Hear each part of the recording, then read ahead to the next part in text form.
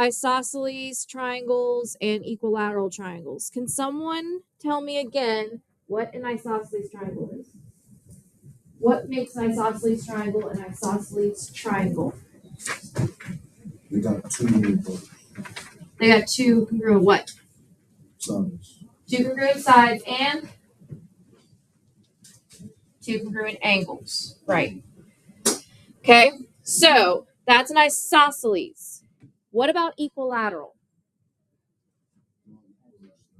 All the sides are equal and all the angles are equal. What's the angle measure for all three angles? Like, what is each individual angle in an equilateral equal? Not 90. 60. Good. 180 divided by 3, 60. All right, and that's always consistent with an equilateral. Equilateral triangles, angles will always be 60 degrees. All right. Now, that was just kind of a prelude to the rest of 2.2, which is essentially us actually taking what we know about those two triangles and solving problems with them. All right. So, if I'm looking at page 7, first off, and it got cut off up here, but on that big blank spot right there, we're going to write some stuff in. So, an isosceles triangle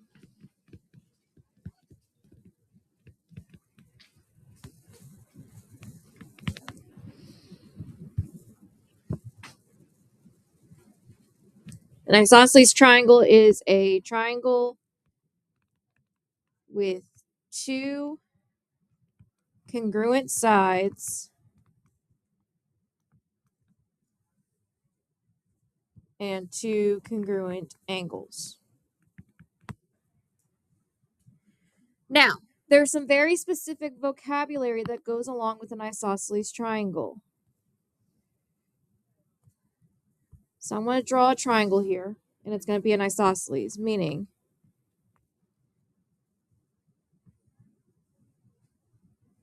so I got my two congruent sides and my two congruent angles.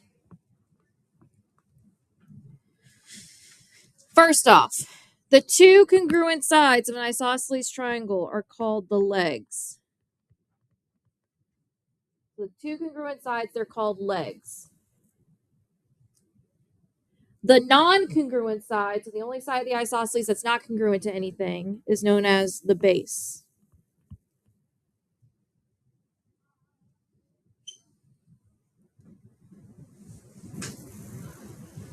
Now, the angle in the triangle that's not congruent to anything, so this angle right here, so I'm using 2 ticks instead of the 1 tick as the other two, so we know that they're not congruent. This angle right here is called the vertex angle.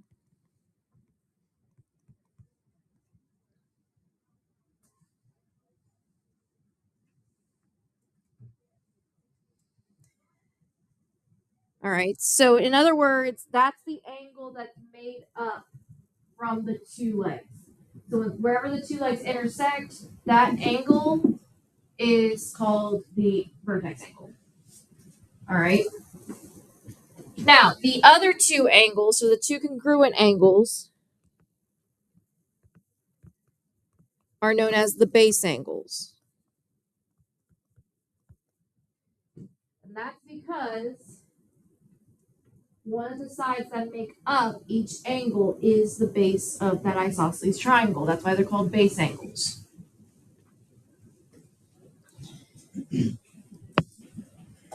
Now, something else to note about an isosceles triangle.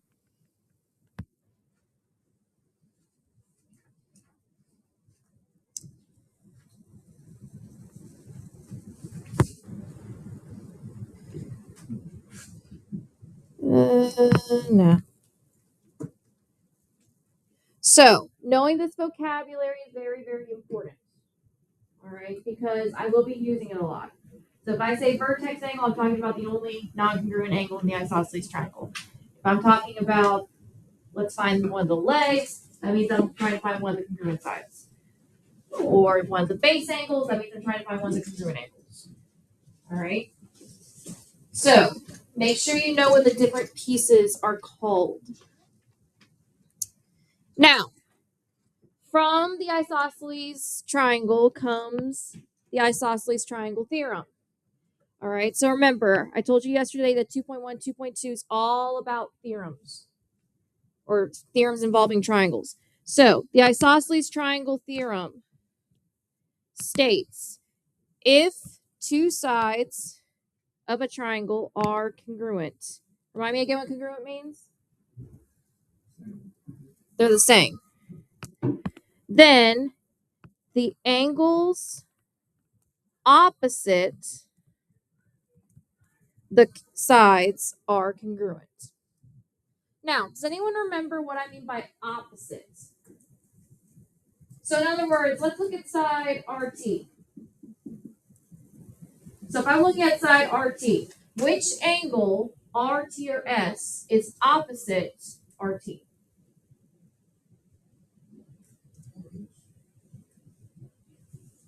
Opposite.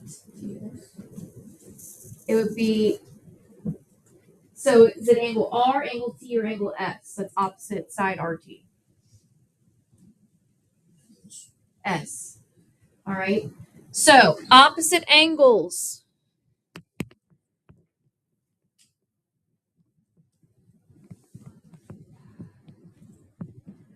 Or opposite.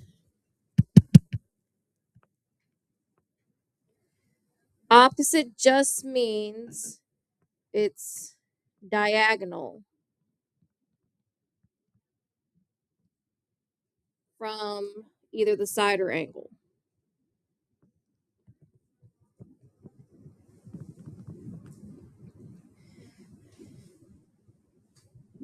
So if you look, RT is diagonal to angle S. And on the other side,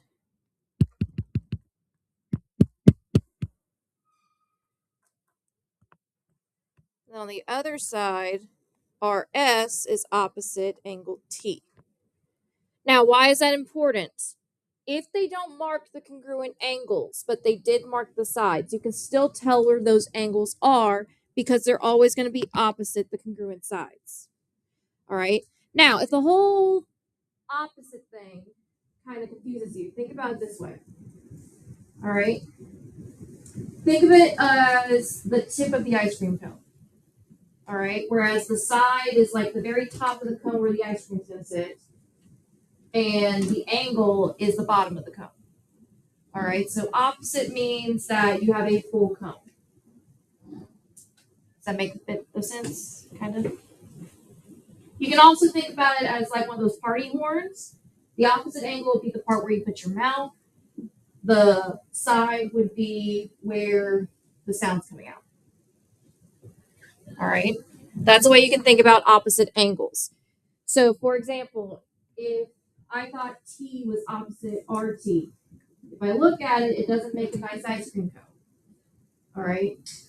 It'll be some real funky ice cream cone. It'll be here and then the tip will be here. Or it would just be a really funky party horn. So that means that if RT, sorry guys, my pen's being stupid today.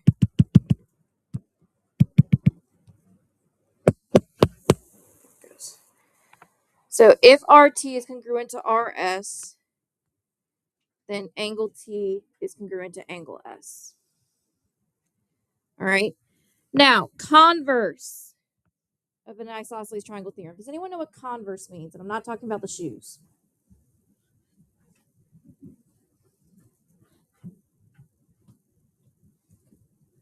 So if you hear the word converse, what do you think of? Well, obviously the shoes, but you looked up in a dictionary, what would it actually be?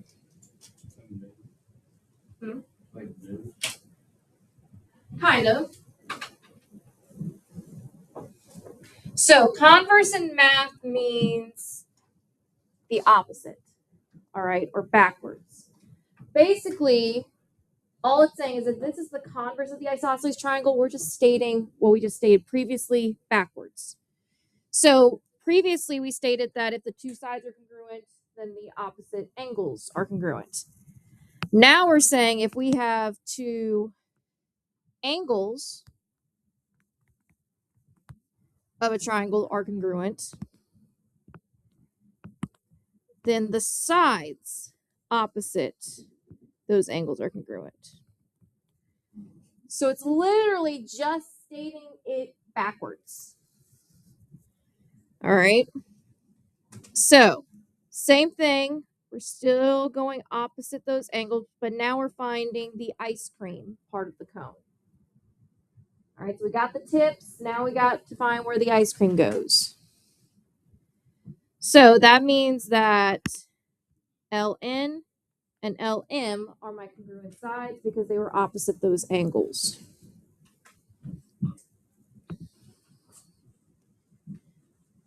Now, where does this come into play? It comes into play here.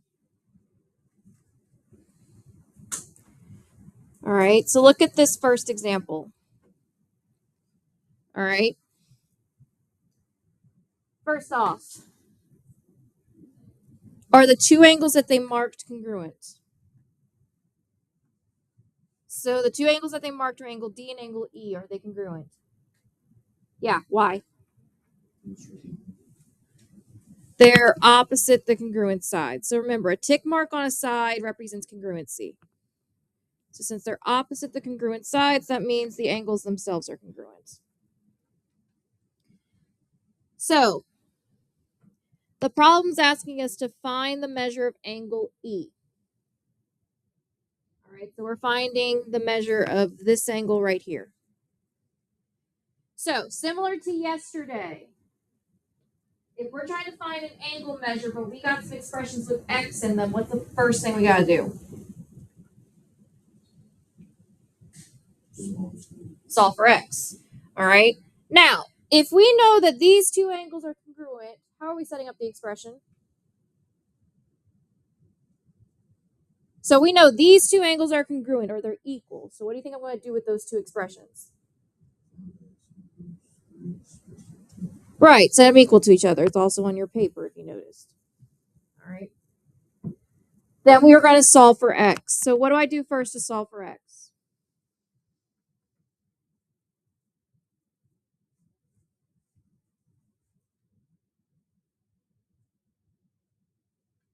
How do I solve for x?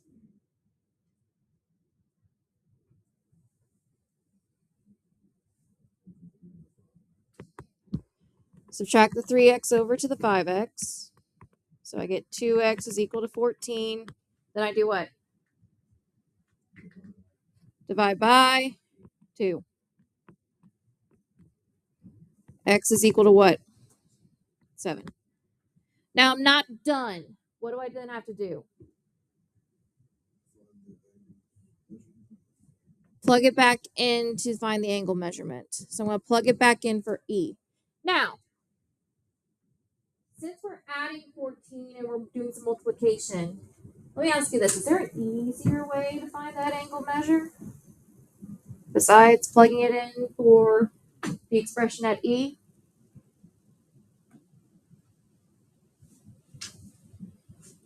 What do we know about these two angles? They're equal.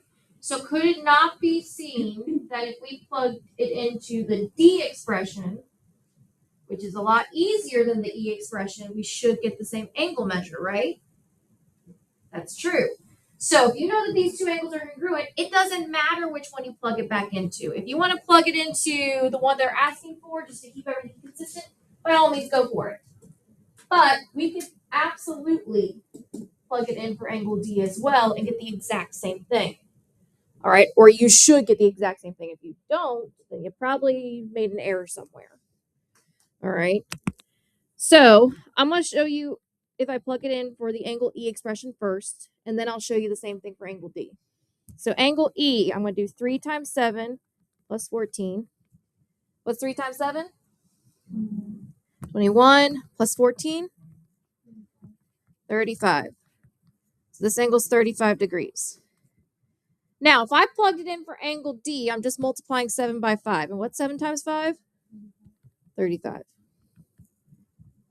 So, if you're pretty confident in what you got for X, my rule of thumb is if you know that these are congruent, plug it into the easier looking one. All right? This one you had to do 2 operations. This one you only had to do 1. Okay? And it was a pretty easy 1 operation. So, it's kind of you just got to make that call yourself. You can always put it into both just to check to see if you get the correct thing for both, because you know they're congruent, so you know they should be the same. All right, so that's also a good way to check yourself. All right. Now, these examples got cut off a little, so we're going to rewrite them on the next page.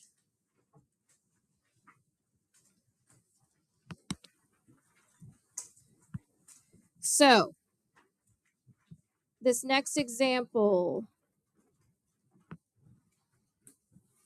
it's asking us to find each angle measure. So, they gave us 78 degrees here and 2 congruent sides. And then I'm guessing they called it ABC.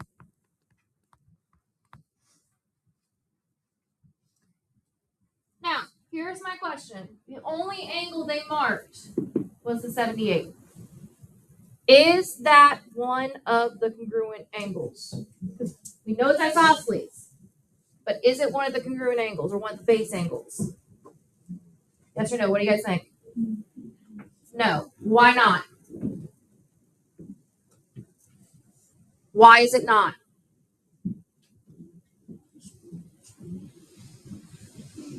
Is it across? Is it opposite the congruent sides? Or any of the congruent sides? No. The angles opposite the congruent sides are here and here. So these are not base angles. This is the vertex angle. Now, they want us to find the measure of angle A and angle C. All right. And what's true about angle A and angle C? They're equal to each other. So we should get the same number for both. Not angle A plus angle C. Angle A is incongruent to angle C. So we know those two angles are congruent, so we should get the same angle measure. Now, let's brainstorm for a minute, because we haven't done one like this yet. How do you think I can find, using something that we've already learned, not necessarily today, maybe it's from yesterday, what do you think I can do to at least get started with trying to find what one of these angle measures are?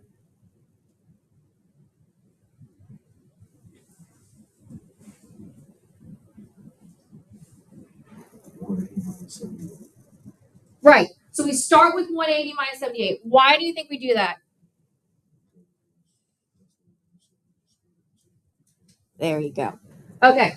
So we have all 3 interior angles of a triangle.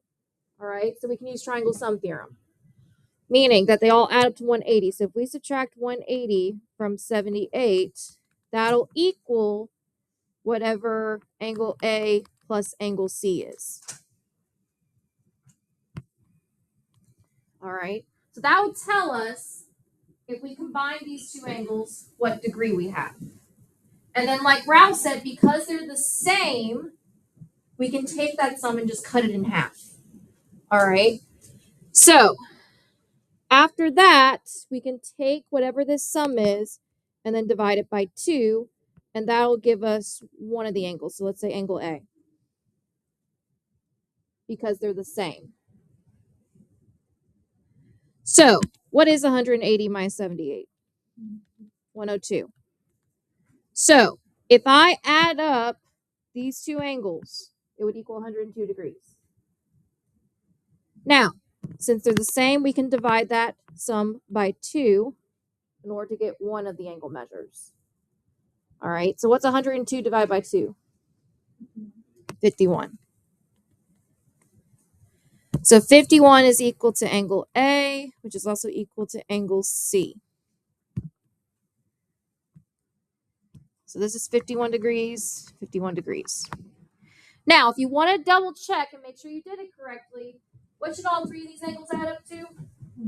180. So my suggestion is, if you have it down in your mind, just take a minute, plug all three of these back into your calculator, add them together, make sure it's 180. All right. If it's not, you probably went wrong somewhere. Okay. So I'm going to give you guys one to try on your own. So let's do this triangle. Let's call it DEF.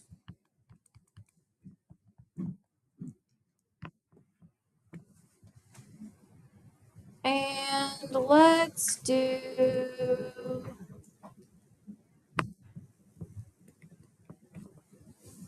find the other two angles. So find the other two angles. Be careful. Look at where I actually marked that angle at. Not exactly the same as the problem we just did. It's actually a little easier.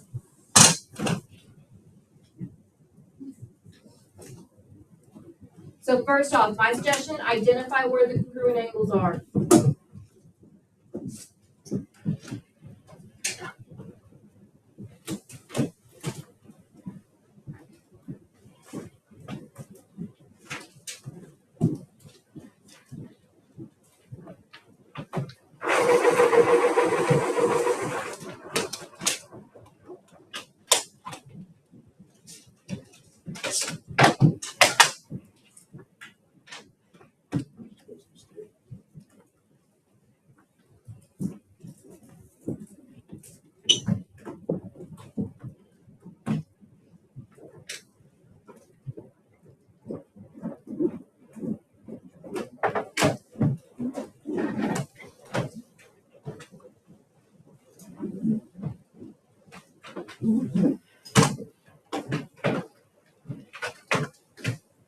Okay, it's a pretty quick problem.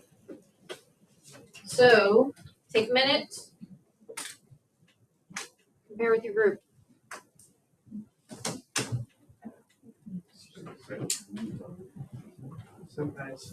Compare with your group. Other than that, have recognized some signs of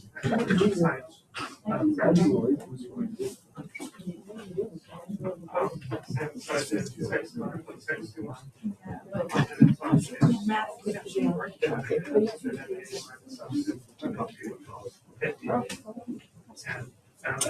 after is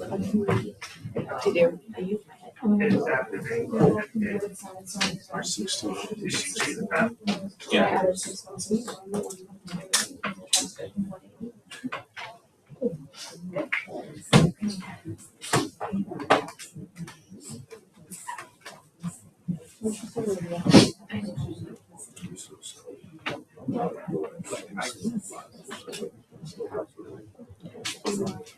All right, we're gonna come back together in 3, 2, 1. So let's go with Caden. Pick one of the angles. Tell me what you got for them. So E or D. All right. So what'd you get for angle D? All right. And how'd you know it was 61?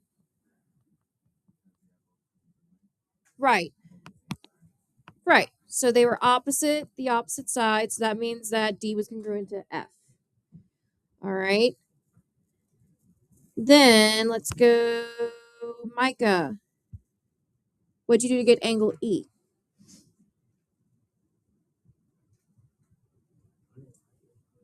Okay, so let's talk through it. So with Micah, we have two angles of the triangle and we're missing one of them. So what's true about all the angles of the triangle? They have to add up to what? Mm-hmm. So how can I find this angle if I know two of them? Add these two together and then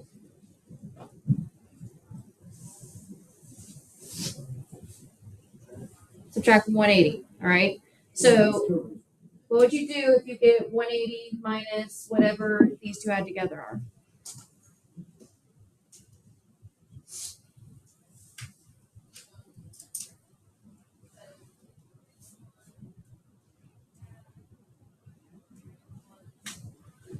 Good.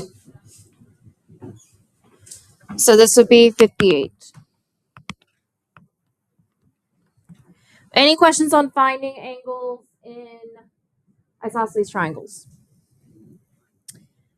All right. Now, equilateral triangle theorems or the corollaries are really easy. All right. So the equilateral triangle corollary is that if a triangle is equilateral, it's also equiangular. So technically, equilateral means equal sides. Equiangular means equal angles. All right. So it's saying that if all the sides are congruent, all the angles are automatically congruent. On the opposite end, the equiangular corollary states that if all the angles are congruent, all the sides are congruent. So if a triangle is equiangular, it's also equilateral, meaning the sides are congruent. Now, that sounds like it's redundant, but remember, in math, it's almost like a court case. A lot of things in math, specifically in geometry, we cannot take at base or face value. All right? So we can't just eyeball this. Like, let's say that these angles weren't marked. We can't just eyeball and say, those sides look like they're congruent. All right? We can't just eyeball it. In math, you are innocent of not being something until you're proven guilty of being it. All right? So in this case, this triangle is innocent of not being equilateral until we prove that it's guilty of being equilateral. All right? So that's where these theorems come into play, because it can tell us, okay, if the sides are equal, then the angles have to be equal, which we know an equilateral triangle has to have both. And the opposite's true. All right, so either one of those, it's basically covering your butt. You can say it either way, and it would work. Because there are some things in mathematics where if you say it one way, it works, but if you say it opposite, it doesn't work. All right? Like, for example, if you say, yes, it's just in the packet. So, for example, if you said, like, you guys have probably heard this one before, every square is a rectangle, but is it true that every rectangle is a square? So every square is technically a rectangle because it's a four-sided shape with 90-degree angles. But is it true that every rectangle is a square? No. Because a square, another defining factor for square is all four sides got to be congruent. Well, we know there are some rectangles in this world where all four sides are not congruent. All right, so that's an example of the opposite stating not being true. All right. So if we look at this triangle, all three angles are congruent, so all three sides have to be congruent.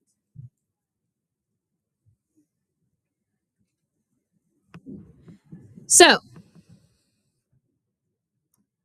this first example, they gave us angle E to be 2x minus 6, and they want us to solve for x. Now, is this first off an equilateral triangle? Yes or no? Yeah, it is. Why? All the sides are the same because they're marked with that one little tick mark. All right. So that means if all the sides are the same, that means all the what are the same? Angles. So there's two ways that you can set this up algebraically. Either way would work. Can anyone think of one way how to set this up algebraically to solve for x? So think about what we know about equilateral triangles.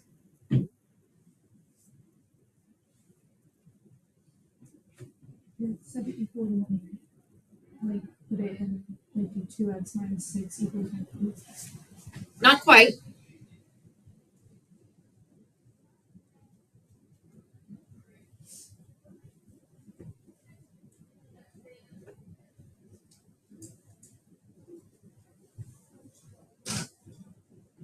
But if you want to go that route, all the angles are congruent. So that means that this angle is also 2x minus 6. This angle is also 2x minus 6. So if we add up all three of those and set that equal to 180, that would work. But there's actually an easier way. What's the easier way?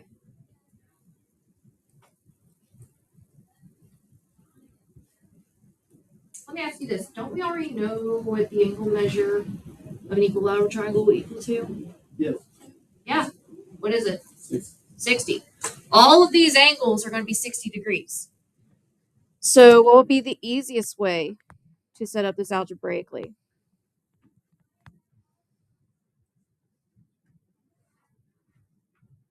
So all these are 60 degrees.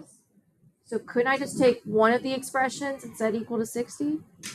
Saves us a lot of headache, so we don't have to be combining a bunch of like terms and stuff, and we're dealing with smaller numbers. So you can just take one of the angles, because we know it's equal to 60, and set 2x minus 6 equal to 60. And again, you could have also done it the 180 way, but you had to write the expression 3 times, add them up, and then equal to 180. Would give you the exact same answer, you're just dealing with bigger numbers. All right, that's the only difference. All right. So if I solve this, what do I do first?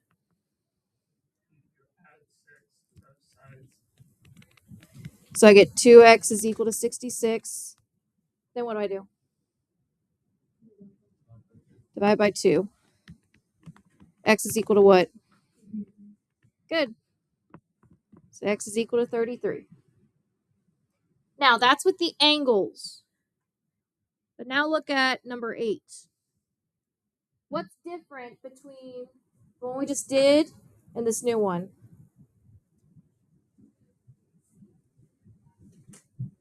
Look at what's marked. So they marked the congruent angles, but they're asking us to solve for side MN. All right. In other words, the expressions are on the sides. So this is the only one that we've done so far where we're solving for side length. Okay? It's not hard because we know it's an equilateral triangle, right? So what's true about all three of those sides? They're the same. So, same thing that we do like when we were solving for a missing angle. What do we have to do first? If we have expressions in place of those lengths. You got to solve for y first. So, since we know that all three sides are congruent, how do you think I would set up an equation to solve for y? Let's think about what congruent means. What does congruent mean? What's another word for same? Equal. All right, so what do you think I'm going to, so think of the word equal. What do you think I'm going to do with these two expressions? Not combine them. Think equal, equal. Basically telling you what you're doing. Set them equal to each other. Good. These two expressions should give us the same side length. So, mathematically speaking, we can in fact set them equal to each other.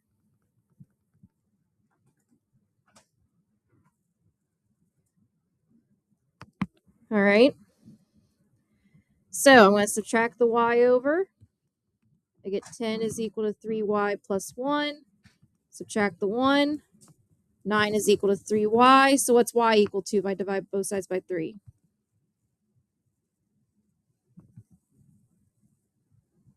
What's 9 divided by 3? 3. So y is equal to 3.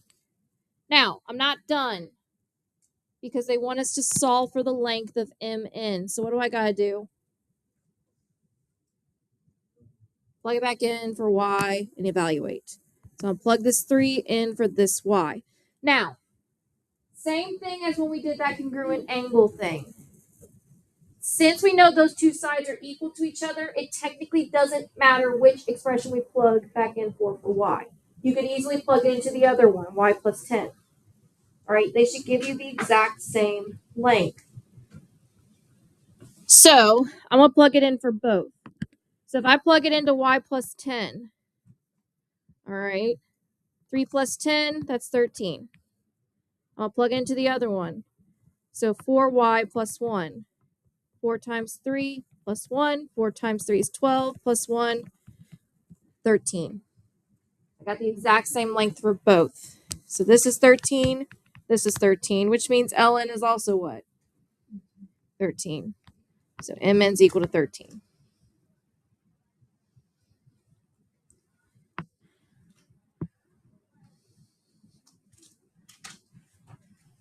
All right. Last thing we're going to talk about, and then we'll be done for the day, and this one's quick. Okay. So the last triangle theorem that we're going to discuss is what's called the mid segment of a triangle. Now, when you think of the word mid, what do you think? Middle. All right. So the mid segment of a triangle is a segment that connects the midpoints of two sides of a triangle. So midpoint means what? So let's review math one. If we're talking about a midpoint of a side, what does that mean? Where will that point be placed? Halfway. All right.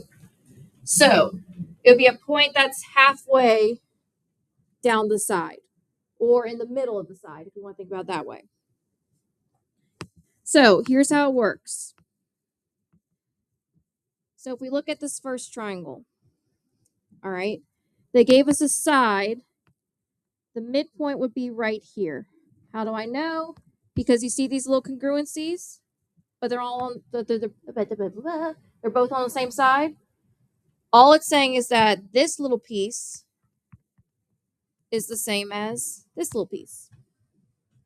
All right, that's why there's two little tick marks. So we know that one little piece is the same as the other little piece, meaning that it's cut perfectly in half. So that means that that's the midpoint.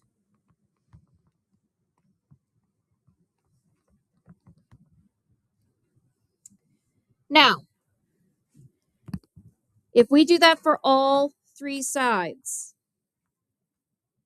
these are my three midpoints. So each side has a different midpoint. That's why they're marking these with 1 tick, these with 2 ticks, these with 3 ticks. All right, just so they know, so we know that they're not exactly the same lengths.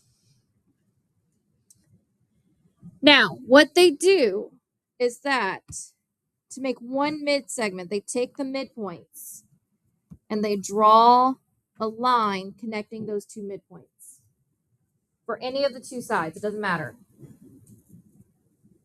So this segment right here is called the mid segment. Now, there's 3 sides to a triangle, so that means there's 3 possible midpoints that we can connect. How many mid segments do you think a triangle can form? So I got a midpoint here, I can connect them, a midpoint here, so I can connect them, and a midpoint here, I connect them. So how many mid segments do you think I can have possible? 3. So you can have 3 possible mid segments in a triangle, which is what they show on this last picture. So you got your 3 midpoints. I connect this one, that's 1 mid segment. Connect this one, that's 2 mid segments. Connect this one, that's 3 mid segments. So there's 3 possible different mid segments that you can form. Now, what's the big deal about these mid segments? They actually have a very special property in terms of sides of the triangle, besides them being formed by the midpoints. So, from mid segments, we have the mid segment theorem, which simply states the mid segment of a triangle is parallel to the third side. So, in other words, it's the side that is not contributing to the formation of the mid segment.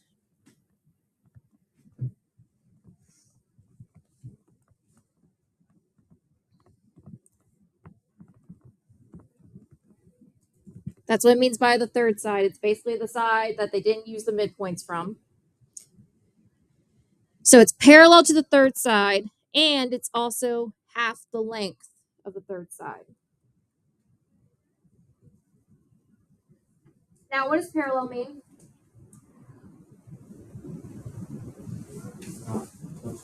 They're not going to intersect at any point. All right. So if we look at this triangle right here, they use the midpoints of AC and BC to form the midsegment, which is right here. They stated that side DE is parallel to AB. So this is the mathematical symbol for parallel. All right, so if you see two lines right next to each other, two vertical lines right next to each other, they're talking about parallel. All right, it's not an 11, it's parallel. Also, the tick mark designated for parallel is an arrow. All right, so just like with congruency, it's all a matching game. So you could see 2 tick marks, you could see 3. As long as they have the same numbers, then that means that they're parallel. But instead of little ticks, they use arrows. So just note that if you see an arrow marked, doesn't mean congruency, it means parallel. All right, another way to think about it is this line keeps going on forever and ever, and this line keeps going on forever and ever. Like it goes in the direction of the arrow, still ain't going to cross at any point. Now, what they then say is that if DE is this and AB, so that's the third side, the side that did not contribute to making the midsegment. First off, they're parallel. We already know that. They are also, DE is half the length of AB. So for example, let's say the length of AB was X. That means the length of DE would be 1/2 times X. Another way you can state it is, let's say the length of DE was Y. That means the length of AB is twice Y. All right, so it works in either way. So if you want to write in terms of the highlighted, AB is equal to 2 times DE. That's the other way you can say it. So midsegment is half the third side, or you could say the third side is twice the midsegment. Works both ways. So if the vocabulary is still confusing, let's say, for example, AB was 6. That means DE would be what if it was half AB? 3. So 6, half of 6 is 3. What about if DE was 5? That means AB would be what? 10. 10. Because 5 times 2 is 10. Right? Does that make sense? It's just a matter of multiplying and dividing by 2, depending on which one you're finding. All right. So, looking at this triangle, all my midpoints are here, here, and here. What 3 segment names are my midsegments? So remember, you name a segment using 2 letters, and it's usually the 2 endpoints of the segment. So, someone name me one midsegment on this picture. AB. So we're going to write AB with a line over it, because that's how you write out a segment name. Someone tell me another midsegment, someone else. CB, that's another one. Someone else, what's the last one? AC. Now, those are my 3 midsegments. Now, we're going to find the sides that they're parallel to. So, if we look at AB first, AB would be parallel to what side? So what's the only side that did not contribute to the making of AB? YZ. So AB would be parallel to YZ. What about CB? So I'm going to use 2 tick marks for this one. So CB is parallel to which side on the triangle? So what's the only side that did not contribute to the making of CB?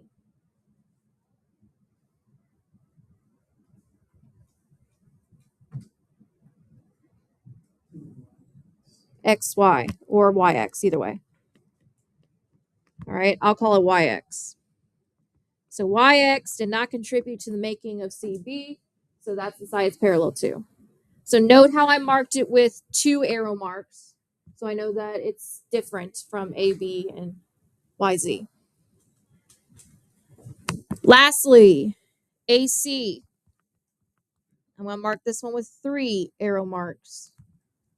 Which side is parallel to AC?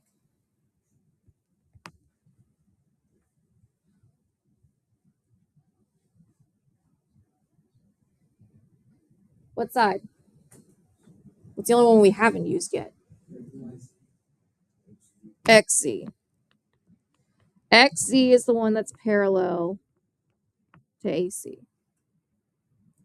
Now, since we kind of figured out where all the corresponding sides are, that means we can restate the parallel statements in terms of the half twice. So that means that the length of AB is equal to half of YZ. You can also state it as the length of YZ is equal to twice AB. Those are the same thing. All right, they mean the exact same thing.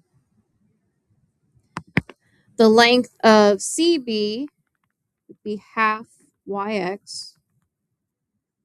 So we can also say that YX is equal to twice CB.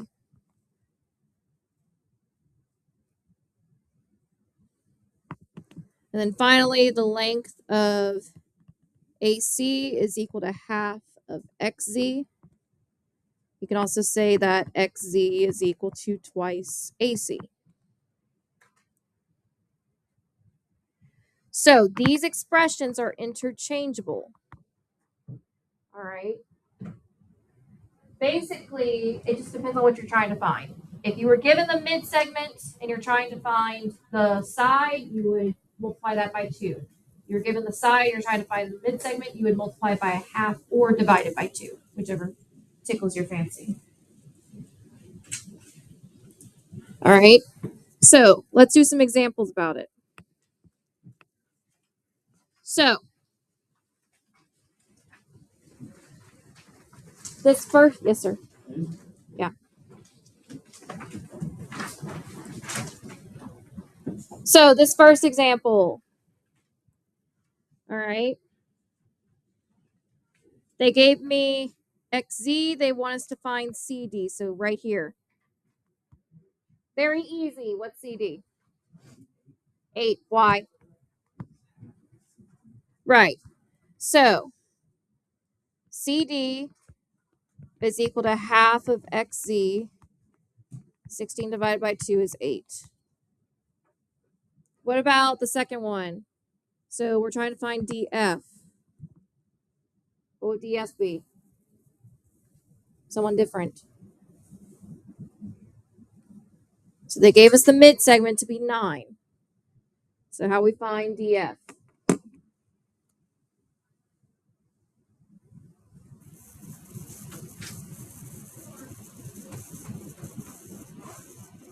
Well, we know the mid segment is half of the third side. So that means the third segment is what to the mid segment?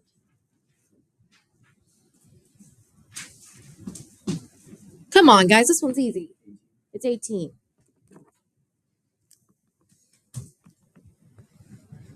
Because DF is equal to twice VU. 2 times 9 is 18. So guys, it's really just a matter of, do I multiply by 2 or do I divide by 2? All right, that's really the only case. Now, where it can get a little messy is when you're solving for x. You just gotta be careful with how you set up the expressions. So first off, there's 2 ways you can write this. I recommend writing it in terms of doubling the mid segment because you don't want to deal with fractions. All right. Because if you say it's half the third side, it's just, you got to deal with fractions and no one likes doing that. So if I'm writing this in terms of doubling, which side is double what side? So which side length is equal to double the other side length? of what's marked. X on Y, W. So look at what's marked. Here and here. If it helps, turn your paper so that it looks kind of like a normal one.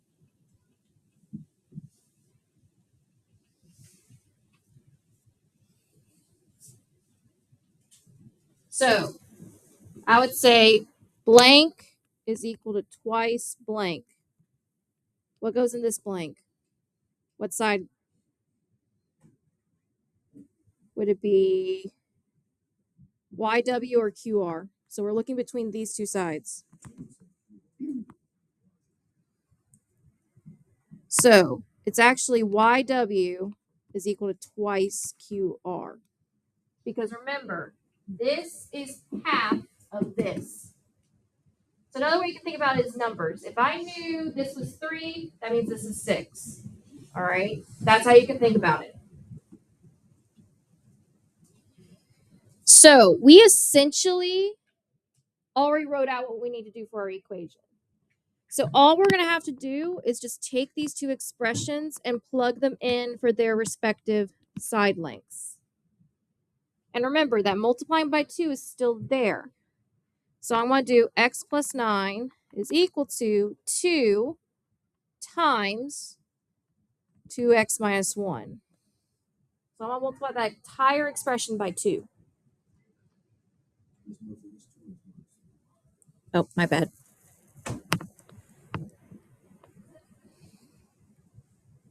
So what's my first step for solving this equation?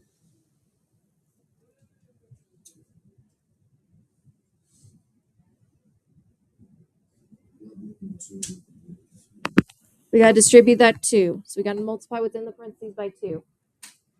So I get x plus 9 is equal to what's 2 times 2x? 2 times negative 3? Negative 6. Then that's when I can start moving stuff around. I can subtract the x from both sides. I get 9 is equal to 3x minus 6. Add the 6. 15 is equal to 3x. And then divide both sides by 3. So what's x equal to? 5.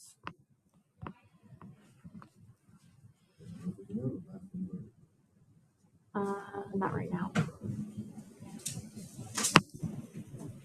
So the easiest way to set these up is set them equal to each other, but make sure you multiply whatever expression is sitting at the mid-segment by 2. All right? That's the thing you got to remember. You got to multiply the mid-segment by 2, and then you just set them equal to each other and solve. That's what most people forget. What I've seen most people do is they set them equal to each other, but they forget to multiply the mid-segment by 2. All right? Any questions? Okay.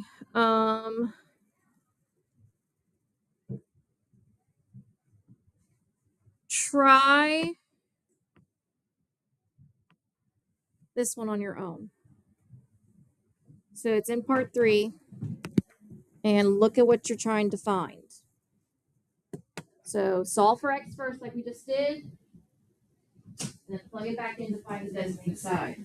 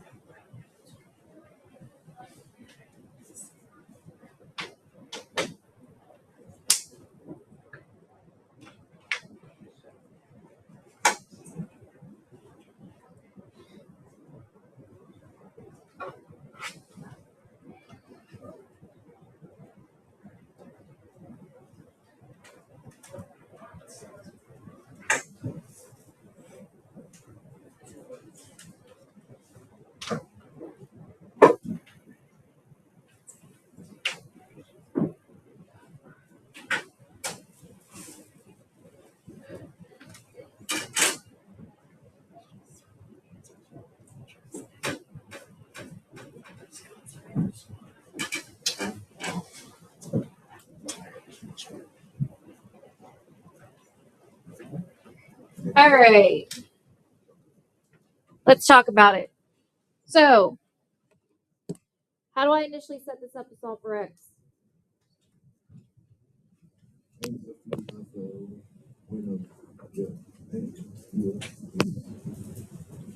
So ln is equal to twice EF. So that means we got x plus 10 is equal to 2 times x plus 2. Got to distribute that 2 first, so I get x plus 10 is equal to 2x plus 2. So this would be 10 is equal to x plus 2. So I just subtracted this x over. Subtract that 2 over, 8 is equal to x. Now I'm not done because what do I have to do? Yes. When you distribute that 2, isn't that 2 times? It'll be 4. 2? Yeah. Yep, so that would be 6. My bad. Yeah, I don't care if y'all call me out on my own mistakes because, all right, so I'm not done because what do we have to do? Plug the 6 back in for x. So that means that 6 plus 10, what is it? 16. Now, just to check, this should be what when we evaluate? 8. Is 6 plus 2 8? Yep, so you got it right. So, guys, if you have a doubt in your mind that you set your equation wrong, plug it back in for x, even if you're only solving for x. Because remember, this should be half of this. If it's not, you may have multiplied 2 to the wrong expression. All right. Now, there's one last thing. This is the last thing. And we're going to go through this quickly. Now, when it comes to triangles, all right, another thing about mid segments is that the corresponding sides or the corresponding angles are congruent. So this is a parallel line theorem that we'll learn more about tomorrow. But essentially all it's saying is that if you looked at it in terms of a small triangle and the big triangle,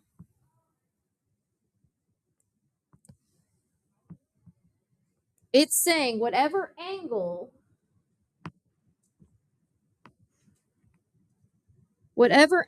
looks like it'd be in the same spot on one triangle, on the other triangle, they would be congruent. All right, if we're talking about mid-segment. So in other words, 54, where would 54 end up on the green triangle? What letter? B. So that means B is also 54 degrees. Now, how would I find the angle to give me A? So what would this angle be right here?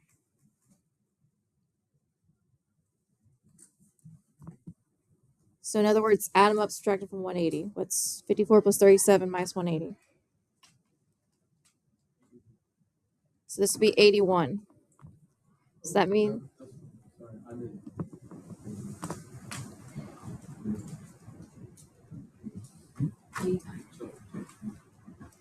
Yeah, it'll be 89. C is 81 actually, but yeah. So this would also be 89 degrees. Now, what's true about this angle and this angle? So the 89 and the C, what's true about it? They're not congruent. Aren't they on a straight line? Are they adjacent? So what can we say about them? They will do what?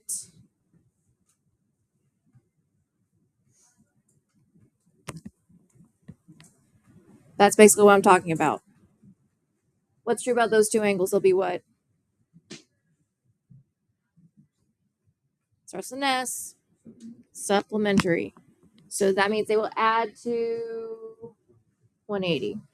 So if I subtract 89 by 180, C would be 81. So that's the only other thing about mid segments. If you actually looked at it in terms of little triangle, big triangle, the corresponding angles, meaning the angles that look like they'd be in the exact same spot if the triangles were in the same orientation, which with mixed segments, they automatically are, they're congruent. All right. Any questions on that? Okay. So y'all got a little over 15 minutes. Finish up working on the Delta math from yesterday. The test grades are in. Yes, I put them in as of yesterday. Which, honestly, guys, not too bad. Some of you did pretty well. Some of you not so much. But